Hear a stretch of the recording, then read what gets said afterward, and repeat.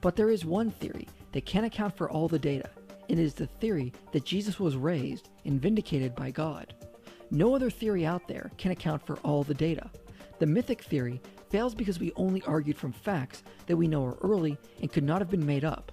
The conspiracy theory could not account for the quality of the testimonies of the disciples, the empty tomb, or why skeptics would join a small persecuted minority.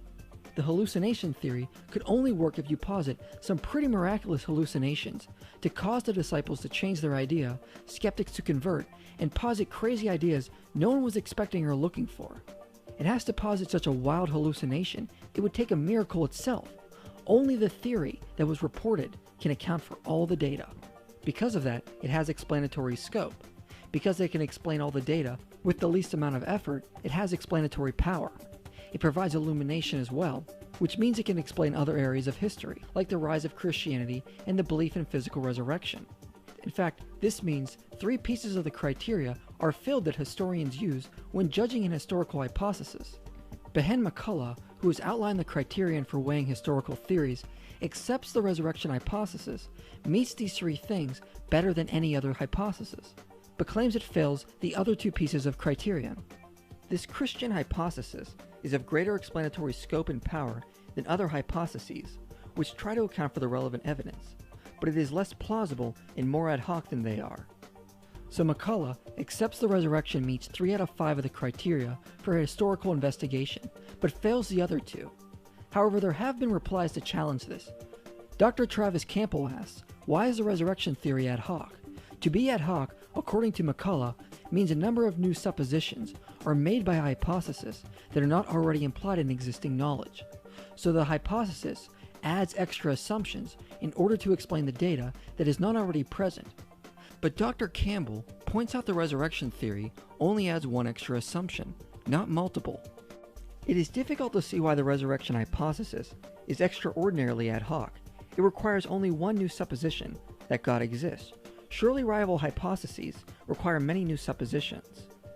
The hallucination theory requires we say group hallucinations plus multi-sensory experiences happened on multiple occasions, and that they were so powerful that the disciples took it to their death, preaching something that only brought them poverty and turmoil, as well as a crazy mass city hallucination that there was an empty tomb.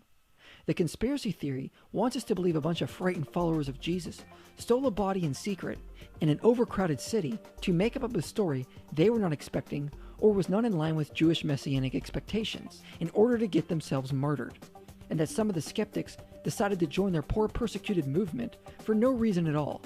The mythic theory expects us to believe an extra assumption for each fact that it was actually made up later, in spite of hard evidence these facts were very early and unlikely made up. The resurrection theory only wants us to add the assumption that God exists, which is not ad hoc if we combine the resurrection argument with other arguments we've already presented which infer theism. Since we've already argued for theism, the resurrection hypothesis would hardly be ad hoc, as Dr. Campbell says.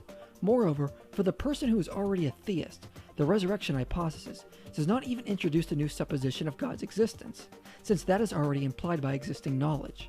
So the resurrection hypothesis cannot be said to be ad hoc simply by virtue of the number of suppositions it introduces. What about plausibility? A historical theory is plausible if other areas are known with confidence and suggest the same theory yours is suggesting. So if other things suggest the same conclusion as your theory, that would make your theory plausible and in line with other beliefs. But as we've already suggested, why would the resurrection theory not be plausible if we have other arguments to infer theism? As William Lane Craig says, only if the naturalist has good reasons to think that God's existence is implausible, or his intervention in the world implausible, could he justifiably regard the resurrection hypothesis as implausible. So if one insists on assuming naturalism is true and leaves no reason for theism as a possibility, then they can say the resurrection theory is implausible. But that is arguing from a presupposition, and not being open to evidence regardless of how one feels about it. And we can say that in conjunction with other arguments, the resurrection hypothesis is not ad hoc, nor is it implausible if it's already been shown God exists. Thus we can see why Anthony Flew was bold enough to say the resurrection has more evidence than any other miracle claim.